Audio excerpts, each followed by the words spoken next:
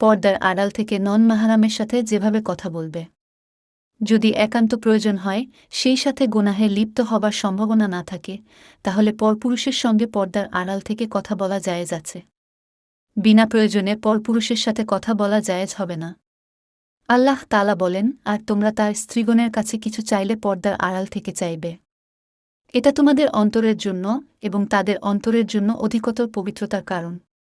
বিখ্যাত তাফসিরবিদ ইমাম কুরতুবী উক্ত আয়াতের আলোচনায় বলেন, উক্ত আয়াতে আল্লাহ তাআলা রাসূলুল্লাহ এর স্ত্রীদের কাছে কোনো প্রয়োজনে পর্দার আড়াল থেকে কিছু চাওয়া, কোনো মাসালা জিজ্ঞাসা করার অনুমতি দিয়েছেন।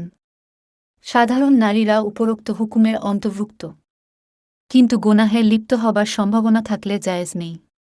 রাসূল ইরশাদ করেন, চোখের জিনা হল হারাম দৃষ্টিপাত, কর্ণদ্বয়ের জিনা হল গায়রে মাহরামের যৌন উদ্দীপক, কথাবার্তা মনোযোগ দিয়ে শোনা। জিহবার জিনা হল গায়রে মাহরামের সাথে সুরসুরিমূলক কথোপকথন। হাতের জিনা হল গায়রে মাহরামকে ধরা বা স্পর্শকরণ।